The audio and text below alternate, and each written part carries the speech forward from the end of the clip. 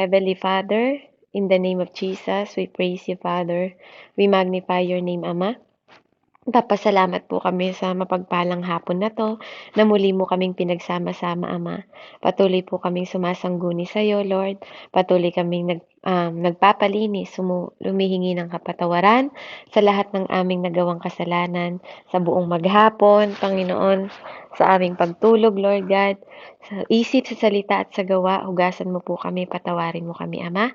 Patuloy kong dinadalangin, Panginoon Lord, ang buhay ng bawat isa, na pagpalain niyo po sa mensahe ngayong araw na 'to. Hinihingi ko rin ang wisdom, knowledge, and understanding na nagmumula sa iyo na maipaunawa sa kanila sa pinakamababaw na pag-unawa, Panginoon, ngunit maitanim sa pinakamatabang lupa o pinakamatabang puso, parte ng puso nila, na masabuhay nila ang maririnig nilang istorya, Panginoon. Kaya purihin ka, O Diyos, ikaw magliwanag, ikaw mag-anoint ng mga labi ko, ikaw ang maitaas, Panginoon. Itago mo lang ako sa iyong likuran at ikaw ang mahayag, Ama. Sa pangalan ni Jesus, ito po ang aking samot dalangin na may pasasalamat sa ngalan ng Diyos Ama, Diyos Anak, at Diyos Espiritu Santo. We welcome you, Holy Spirit, in Jesus' name. Amen. Ayan. So, glory to God. Hallelujah. Tayo po ay dadako ngayon um, sa atin pong pag-aaralan. So, bago tayo dumako, sinong pwedeng magbasa sa 1 King 17 verse 1?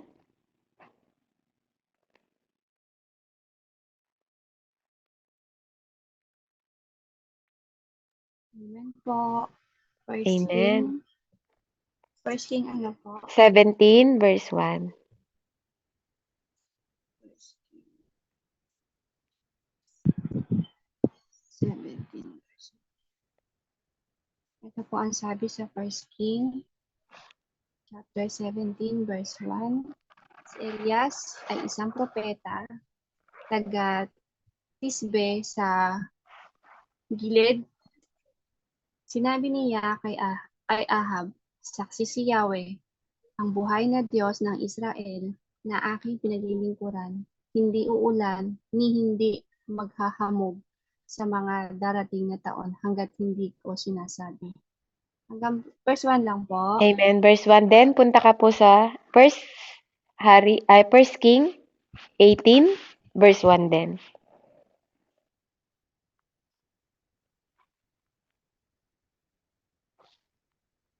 First King chapter 18 verse 1. Pagkalipas ng ilang panahon, ng ikatlong taon ng tagtuyot, sinabi ni Yahweh kay Elias, pumunta ka kay Ahab. Malapit na ako magpadala ng ulan sa lupain ito. Amen po. Amen. So makikita niyo doon walang no, wag ka nga alis diyan, Ate Ashley. Ayan, so nakita ninyo na doon sa 17 sinabi ni Lord talaga na hindi uulan, sinabi niya kay Elias na no po, hangga't hindi din sinasabi ni Elias. So, meron silang relationship ni God, nagkakasundo silang dalawa. Amen? So, makikita ninyo, nung nakaraan, di ba, nung nakaraan sa mga taga-Albay, kung nandyan yung mga bata sa Albay, naikwento natin, pati dito sa Jeremiah, di ba, itinake up natin, tandaan nyo yung huling mensahe ko na about kay Elijah din, kay Elisha, ay kay Elias, na nung nagpaulan ng apoy, 'di ba? Pinuhusan niya yung kahoy, tandaan niyo ba 'yon? Sino nakakatanda ng Saina, nandito ka na rin noon eh. Nung nagsugat-sugat pa sila, ikot-ikot sila, sige, sigawan niyo pa yung inyong Diyos na si Baal. Baka hindi kayo naririnig, 'di ba? Sabi nila, no? No, yun yung unang pinaapuyan ng Lord, no, yung kanilang kasi challenge niya yung kanilang Diyos-Diyosan, no? Dahil kung babasahin niyo ang kwentong ito, no, si Jezabel, yung masamang babae, no, na dumasamba din, no, nahawaan niya si Ahab ba to? Si Ahab, no, si King, yung Ahab na magsamba sa kanyang Diyos-Diyosan. Kaya ngayon, no, pagkalipas daw ng maraming taon, sabi niya, 3 taon kung di ako nagkakamali, no, sabi niya sa verses na binasa natin, sinabi ng Lord sa kanya, no, kay Elias, no? Sabi niya, pagkalipas ng ilang taon, ng ikatlong taon, ng tagtuyot, sinabi ni Yahweh kay Elias, pumunta ka na kay Ahab, malapit na akong magpadala ng ulan sa lupaing ito. Amen? So, ang pamagat po ng ating mensahe ngayong araw na to ay Rainmaker. Amen? So, purihin ng Diyos, tayo ay magbasa, no? Sa First Hari, no? Unang Hari, 18, Ate Denise, 41 hanggang 46.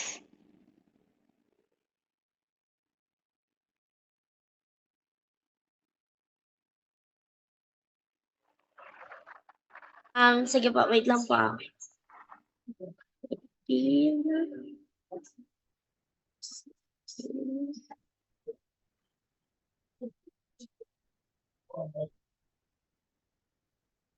41 to 46 po, no? Amen. Yan po.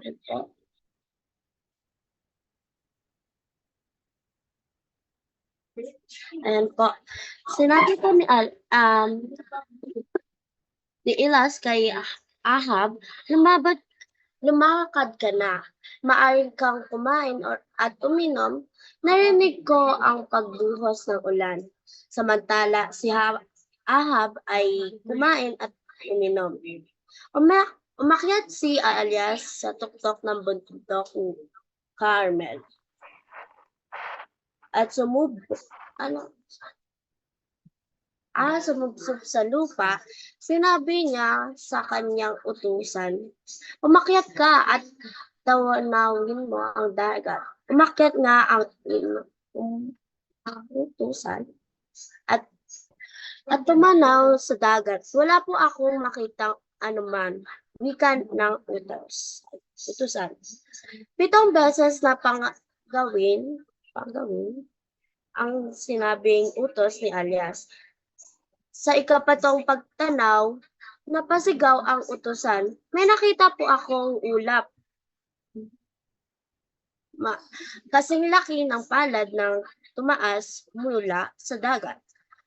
Magmadali ka, sabi ni Elias. Sabihin mo kay Ahab na Ahab na handa ang kanyang karwahe, nabubuli po ako, pasensya na po, at umuwi na agad, baka siya hindi makaalis dahil sa ulan. Hindi nagtagal, nagdilim ang langit sa kapal ng ulap. Lumakas ang hangin at biglang bumuhos ang malakas na ulan. Sumakay si Ahab sa karwahe at nagmadaling nagtungo sa Jerusalem. Amen po. Nabubulol po ako. Pasensya na po. 46. Yes, pasensya na po. Lumukog kay Ila ang kapangyarihan ni Yahweh. Hinigpitan ni Elias ang pagkatali ng kanyang damit at tumakbo sa unahan ng karwahe ni Ahab hanggang sa pagpasok sa Jezreel. Yes. Amen. Praise God. Yes. Ano po? Purihin ang Lord sa kanyang mga salita. Na po, nakapakagandang, maikling kwento lang siya. No, pero makikita niyo dito. Amen. Makikita niyo dito, no, na yung paggabay, no, ng ating mahal na Diyos sa buhay ni Elias. No, kung paano siyang ginabayan ng Panginoon. So ito ay tagtuyot noon, tuyong-tuyo, as in tuyong-tuyo talaga. No, walang makain, no? Pagkatapos niyang mag ano ng performance dati about sa apoy, no? Hinamon naman niya si Ahab, no? Kasi alam nyo, no, dun sa lugar nila, hindi umuulan, no? Alam nyo ba na may lugar dito sa mundo na hindi umuulan masyado? Kaya katulad sa Middle East, kaya pag umuulan sa kanila, ang tawag nila doon blessing. Tuwan-tuwa sila kapag umuulan kasi nasa disyerto sila. Kaya tayo, alam nyo, napakapalad din natin sa panahon na meron tayo kasi yung ibang tao, no, talagang di nila nararanasan ng ulan. No, tuyong-tuyo ang kanilang mga halaman, tuyong-tuyo ang kanilang mga lupa, no? Sa sobrang init, imagine niyo yung hindi umuulan, sobrang init ng singaw, no? Kayong mga bata. Kaya pagkalipas, sinabi niya talaga, no, makikita niyo dito yung katangian ng ating Diyos na siya ang nagko-control. God is in control, no? Una, yan ang first point na makikita mo, God is in control. Kaya niyang kontrolin ang lahat ng panahon, no? Yung mga nangyayari na mga lindol, mga nangyayaring bagyo, mga nangyayari na ipo-ipo, na mga earthquake, no? Kayang-kayang kontrolin ng Panginoon 'yan. So, kaya tayo nakakaranas ng mga lindol, no? Yan yung panahon na nagagalit ang Lord. Pag niyayanig niya, no, ang lupa, nagagalit ang Diyos kasi sineshake niya tayong mga tao kasi tayo ay matitigas na ang ulo, no? Kaya dito, tinuturuan niya ng leksyon yung mga tao dito kasi sumasamba sila sa Diyos-Diyosan. Ayaw ng Lord na sumasamba sila sa Diyos-Diyosan. Sinasamba nila si Baal, no? Sinasamba nila si Baal, no? Dahil ito napangasawa yung asawa ni Ahab na si Jezabel, tinuruan siya kung paano sambahin ni Ahab ang Diyos na tong si Baal. Doon yun yung kinagagalit ng Panginoon sa kanila. No, kaya maraming tao ang naglingkod kay Yahweh nung nagpaulan siya, no, nung pinaapoy niya yung mga kahoy na tinambak nila, no, natatandaan niyo, binuhusan niya pa ng ilang balde, tinuyo niya pa, ay binasa niya talaga yung kahoy para patunayan, challenge niya yung Diyos na si Baal, no, kumpara sa Diyos na meron si Elias. At yun yung Diyos na meron tayo ngayon. Ang Diyos ni Elias, yun yung Diyos natin. No? He is God in control. Amen? So kaya, dito sa 41, sa kwento na to, makikita nyo kung paano, no? Sabi ng Lord, sinabi niya kay Elias, magpapadala na ako ng ulan. Humanda ka na. 'Di ba? Kanino siya pinapapunta? Kay Alab, na ba? Kay Ahab, sorry. Kay Ahab siya pinapapunta. Kasi doon niya gustong patunayan na siya ay Diyos, no? Ipapakita niya na siya ay Diyos, no? At hindi sa kanyang sinasamba. So ngayon, sinabi niya to kay Ahab, no? Sinabi niya, inutusan una ni Yahweh ng Panginoon si Elias na pumunta kay Ahab at malapit na siyang magpadala, no, ng ulan sa lupain. So, makikita natin dito sa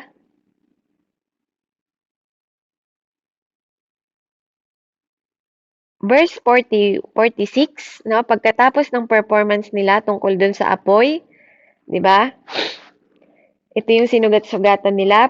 Tatalon tayo sa verse 46, ay 41 to 46. Sinabi ni Elias kay Ahab, lumakad ka na.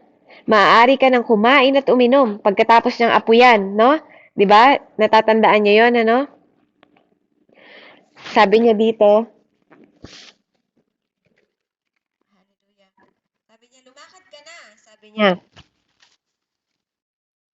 maaari ka nang kumain at uminom. Sabi niya kasi hindi sila na kumakain nun dahil ang tagal nilang pinapaapoy kung ano-anong awit, kung ano-anong pag-iingay nila. Ang hirap silang paapuyin yung kanilang alay noon nung panahon na yon, no, dahil hinamon sila ni Elias. Naririnig ko ang pagbuhos ng ulan, sabi ni Elias sa kanya kahit wala pang ulan, no? Ganun ang faith. Yun yung faith ni Elias kay God. 'Di ba? Dapat ikaw ganun din. Kahit wala ka pang naririnig o wala ka pang nakikita, dapat ang pananampalataya mo ay ganun katindi kay Elias, no? Kasi si Tatay Elias, katulad mo din siya na tao, no? Ginamit siya ng Diyos at ikaw din ngayon ginagamit ng Panginoon, no? Anong ginawa niya?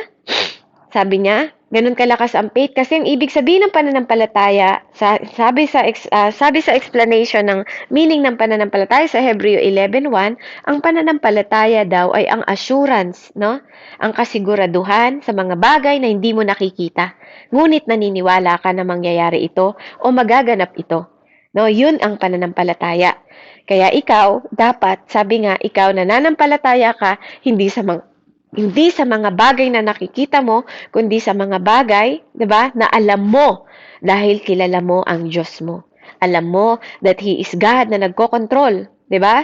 Kaya anong ginawa niya sa verse 42? Samantalang si Ahab ay kumain at uminom, umakyat si Elias sa taluktok ng bundok ng Carmel at sumubsob sa lupa. Ganito ka ba magdasal? Sumusubsob ka din ba? Niluluhod mo ba? 'Di ba? Sabi sa English, yung knee niya, andun yung mukha niya sa knee niya nakayuko. Nakaluhod siya, tapos yung mukha niya nasa knee niya, nakayuko pa. No?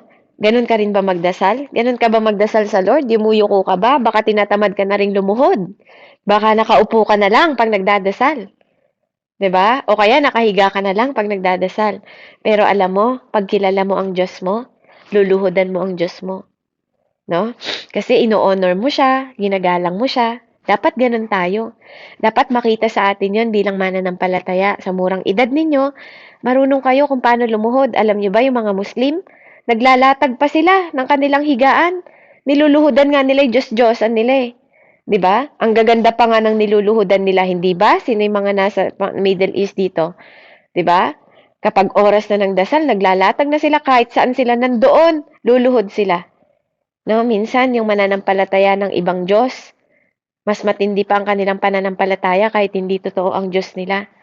Kaya ikaw, dapat mas matindi ang pananampalataya mo kasi yung Diyos mo buhay.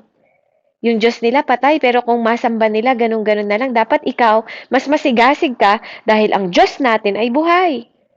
'Di ba? Sumasagot at tumutugon. Sino yung nagdadasal dito, 'di ba? Kayo Denise dati, nagdadasal ka lang ba na sana umuwi na yung mama mo? Ngayon nandiyan na yung mama mo, 'di ba? Ibang kaparaanan, pero tumugon ang Panginoon, 'di ba?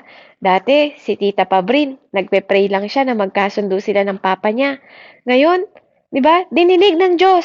Bakit? Kasi hindi patay yung Diyos natin. Buhay ang ating Diyos. Amen? Yung nagtatrabaho dati na magkaroon ng trabaho, ngayon may trabaho na. Amen?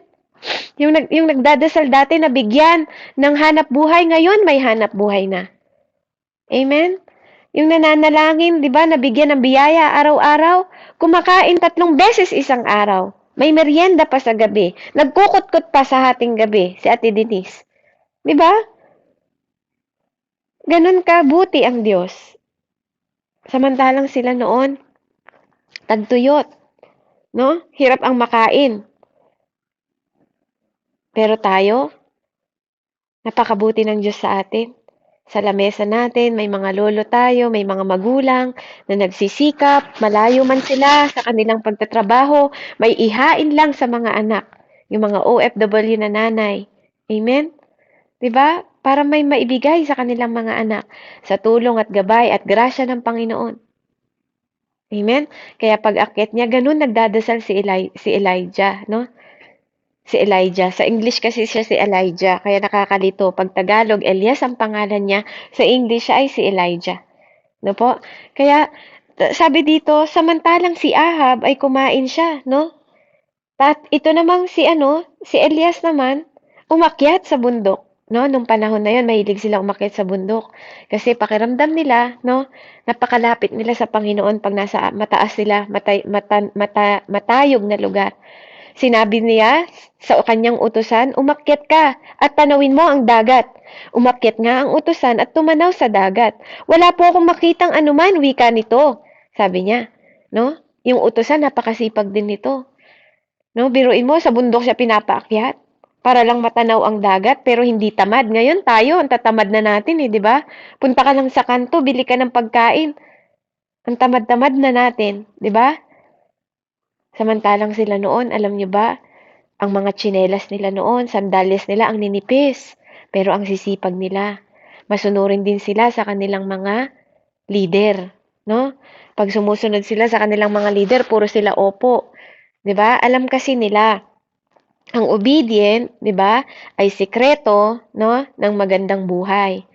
Ang obedient ay sikreto ng prosper na buhay. Ang obedient ay sikreto ng buhay na walang hanggan. No, ang obedient din ay sikreto ng kapangyarihan. Gusto mo magkaroon ng kapangyarihan? Kailangan obedient ka, no? Alam mo, sabi nga sa Santiago, ang panalangin ng isang taong righteous, pinakikinggan ng Diyos. No? Dahil masunurin yung kanyang utusan, ilang beses siyang pinaakyat sa bundok ha. Hindi to biro bundok po ang inaakyat niya para lang matanaw ang dagat. Ikaw ba ganun din pag inuutusan ka ng leader mo? 'Di ba? Ganun ka rin bang sumusunod? No, kahit ba sabihin niya na umakyat ka sa bundok, aakyat ka ba para lang tanawin yung dagat? No? Ganun ka ba kamasunurin? Alam niyo ba nire-reward ng Lord yung mga masusunurin? Tayo tatamad ang sabi ko, ayusin yung prayer, makipagtulungan sa mga prayer. Amen? Naaalala ko tuloy kayo. Hallelujah, no? Simpleng mga pagsunod lang, no? Hindi ko pa sinasabi na umakyat kayo sa bundok. Hindi ko pa sinasabi 'yon, no? Pero alam niyo ba, na sa simpleng pagsunod, doon makikita ang isang obedient ng isang mananampalataya. No? Kapag kaya mong sundin yung isang maliit na bagay na pinapagawa sa'yo, pagkakatiwalaan ka ng Diyos ng malaking bagay. Ganon din sa ating mananampalataya. Pag kaya mong magsakripisyo, sumunod sa iyong leader, kasi pag di mo kayang sumunod sa leader mo, paano ka susunod sa Diyos na di mo nakikita? Hindi mo pwedeng sabihin na tao lang ako o tao ka lang, di ba? Kasi ang mga leader talaga, tao ang ginagamit ng Diyos, no? Si Tatay Elias, tao siya, no? Ginamit siya ng Panginoon para makilala ang pagka-Diyos ni Yahweh. No, ganun din yung mga leader ninyo. Kung ang mga leader ninyo tinuturuan na kayo ng ang ibang mga bagay o mga pastor ninyo, tinuturuan na tayo ng mga bagay na hindi angkop sa gawain ng Diyos, doon kayo magtaka. 'Di ba? Kapag hindi na angkop, wag mo silang sundin, 'di ba? Kapag alam mo na mali ang pinapagawa nila, pero pag alam mo na yan ay makapaglalago ng iyong pananampalataya at alam mo na ikaw ay hindi naman mapapasama, why not? Bakit hindi mo sundin? Yung paggawa ng devotion niyo araw-araw, 'di ba? Yung pagbabasa niyo ng Bible araw-araw, yung pagdarasal niyo araw-araw, ano bang masama? Ano bang nangyayari sa inyo? Yung pagsasubmit na lang, 'di ba? Araw-araw, dapat ang mga kabataan din na nandito sa murang edad nyo, meron kayong mga notebook. Nandoon yung lesson nyo, ngayong oras na to, sinusulat nyo, yung devotion natin, every Saturday ng hapon, anong natutunan ninyo. Time will come, maalala nyo. No? At maituturo nyo rin yan sa ibang mga bata o ibang mga tao. At maaalala nyo ang kwento nila kung paano sila naging masunurin sa kanilang leader. 'Di ba? Itong itusan na to, una siyang naging masunurin sa kanyang leader, no? Kaya niya nakilala si Yahweh. Kaya niya sinusunod si Elias, si Elijah, kasi kilala niya yung Diyos niya. Alam niya na ginagamit itong leader niya, 'di ba? Kaya sinusunod niya yung inuutos, no? At ang reward, hindi si Elias ang magbibigay sa kanya, ang Diyos din, 'di ba? Ang Diyos ang nagbibigay. Ang Diyos ang nagpapala, ang Diyos ang nagpapayaman at nagpapahirap, ang Diyos ang nagpapagaling, 'di ba? Sa Diyos ang reward, 'di ba? Ganun kabuti ang Diyos, sinunod mo lang yung iyong mga pastor, sinunod mo lang yung iyong mga elders, 'di ba? Alam nyo ba na sa langit, no? Yung mga matatanda dito, sa langit nakaupo yung mga elders doon, sa katabi ni God. May mga trono din sila na nakaupo ang elders. Kaya wag niyong binabaliwala, no?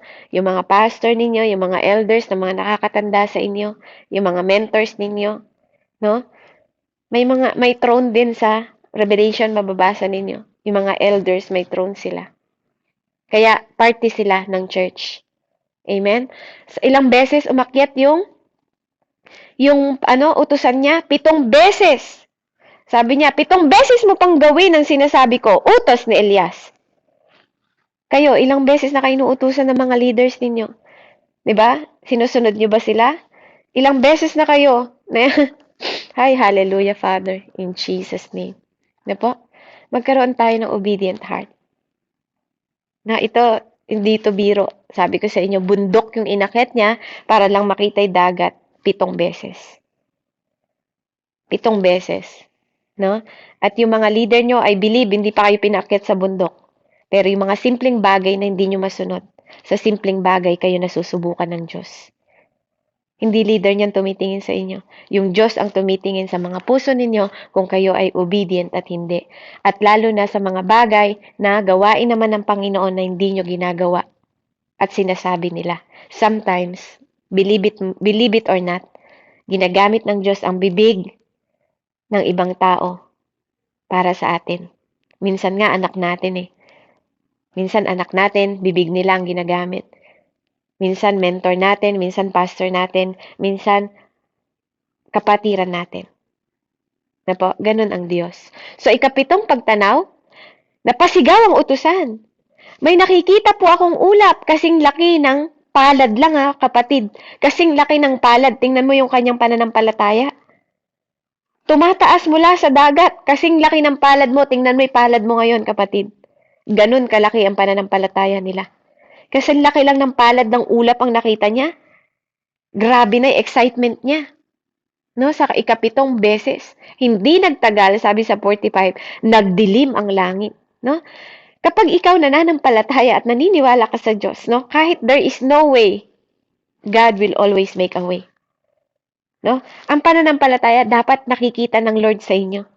Biruin nyo, isang beses hindi sila sumuko. 2 beses hindi sila sumuko. Sa tuwing bawat pag-akyat ng utusan na yon, lumuluhod din si Elias at yumuyuko siya sa Panginoon na paulanin na. Alam niyo ba yon? Bawat pag-akyat niya, ay wala pa po. Tatay Elias, luluhod ulit si Elias, magdadasal ulit siya. No, aakyat ulit siya, 7 beses siyang lumulod sa Panginoon. At nung nakita niya na,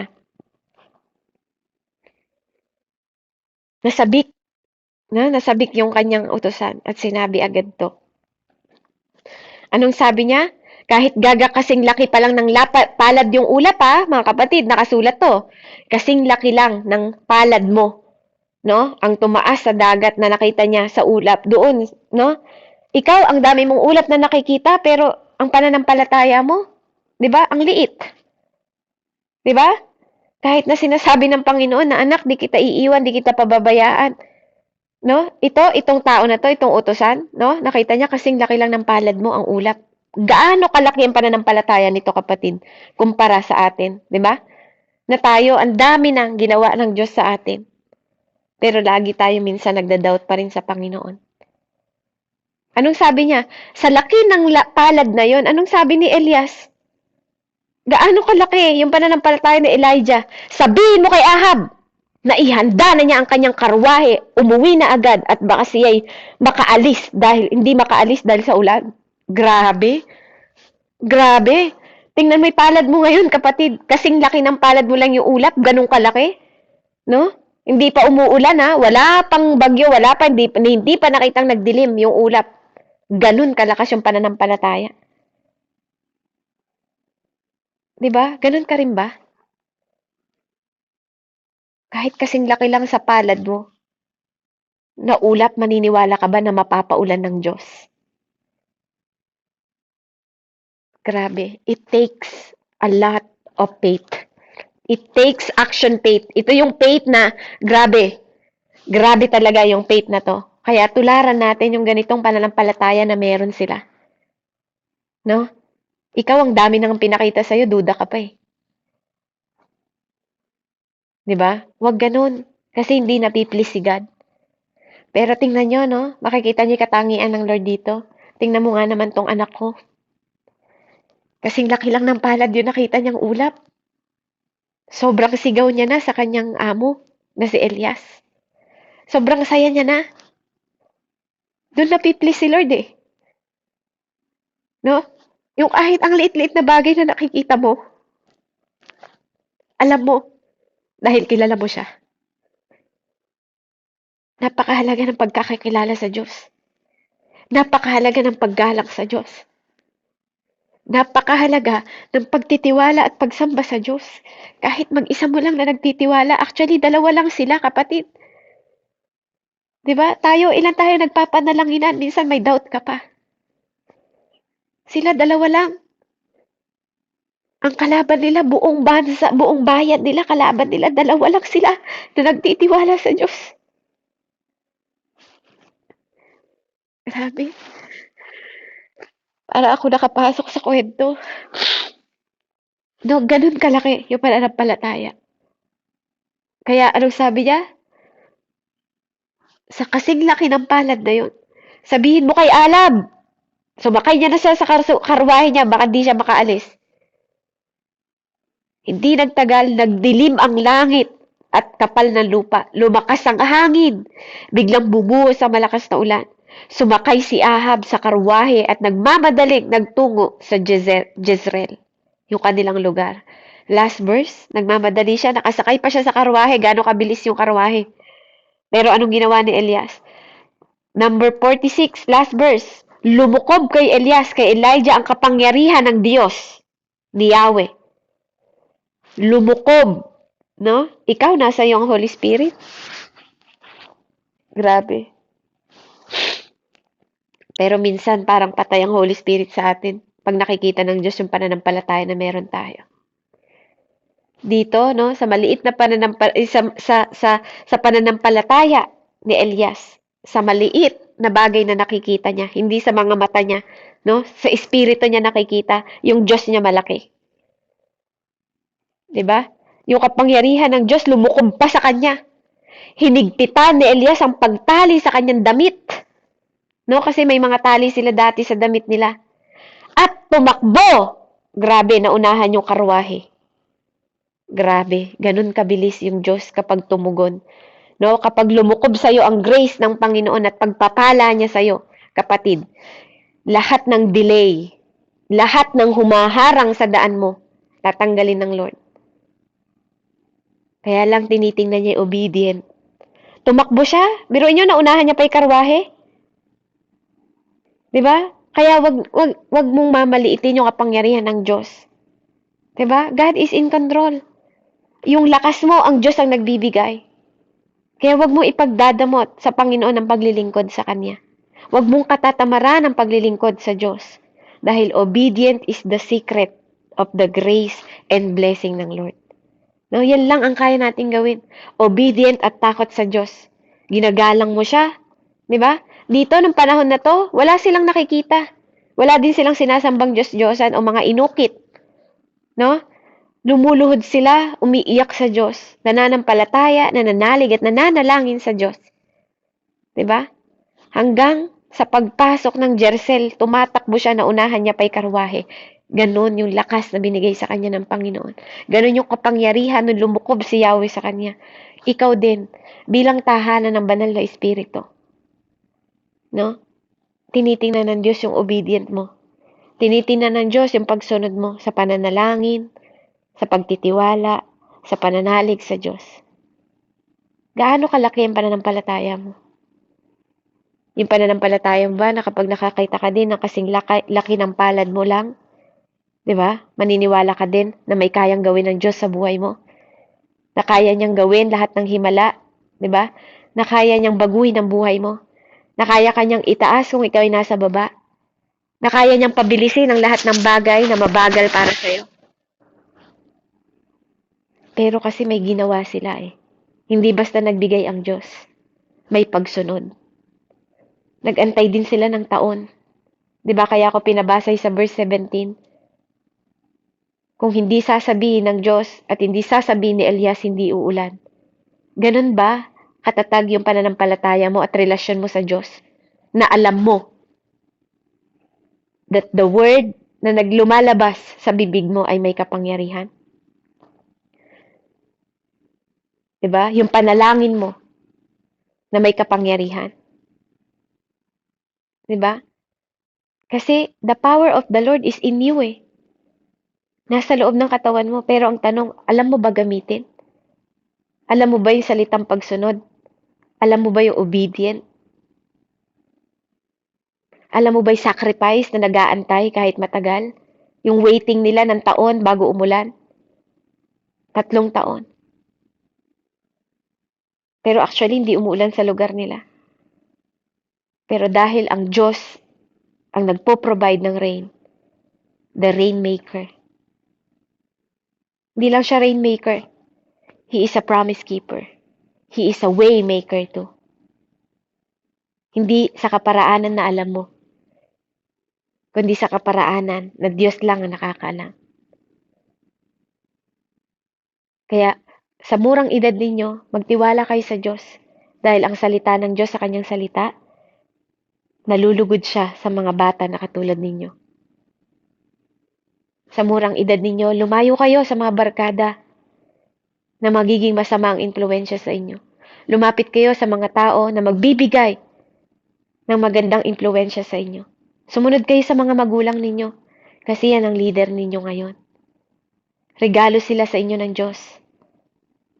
Dapat matuto kayong sumunod. Dahil ang pangako ng Diyos, honor your mother and father, may kalakip na pangako yan. Magiging masagana ang buhay mo, makakamit mo lahat ng gusto mo sa buhay mo. Dahil ang gusto ng Diyos, sumusunod ka sa mga taong nakikita mo. Dahil kung hindi ka marunong sumunod sa mga taong nakikita mo, hindi ka kahit kailan matututong sumunod sa Diyos. Hindi totoo ang pagsunod ng tao na hindi marunong sumunod sa mga taong nasa paligid niya, tapos sasabihin mo, mahal mo ang Diyos? Tapos sasabihin mo, obedient ka sa Lord? Hanggat hindi ka marunong sumunod sa mga tao na ginagamit ng Diyos sa buhay mo,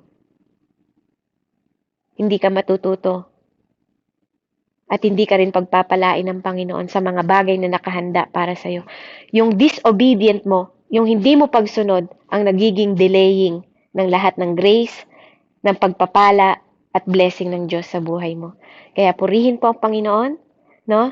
Maniwala tayo that God is in control sa lahat ng bagay. Submit to Him. Everything sinasubmit nila, dinadasal nila, no? Ikaw din, ano man ang plano mo sa buhay mo, pag-aaral mo yan, magulang mo yan, negosyo nyo yan, trabaho ba yan, di ba? Makapagtapos ka ng pag-aral, basta lagi mong inuuna ang Diyos. Sakit man yan, dumulog ka lang sa Diyos. Nahihirapan ka sa school, mag-pray ka lang, tulungan ka ng Diyos. Di ba? Kasi andun ang Diyos sa tabi natin. So, glory to God. Hallelujah. Let's pray. Thank you, Father. Salamat po, Ama, sa mensaheng ito. Salamat sa pananampalataya ni Elias at ng kanyang utusan. Salamat sa mga taong ito na pinapakita mo na even di kanila nakikita, they walk by faith, not by sight, Panginoon. Kaya naman purihin ang dakila mong pangalan that you are God na in control. Ikaw ang Diyos na nagpupuspos. Ikaw ang Diyos na nagbibigay ng blessing at grasya. Salamat po, Ama. Sorry po. Ito po ang aming samot dalangin. Sa pangalan ni Jesus na aming Diyos na buhay, makapangyarihan at nagpapala sa ngalan ng Diyos Ama, Diyos Anak at Diyos Espiritu Santo. Amen and amen. Glory to God po and God bless po.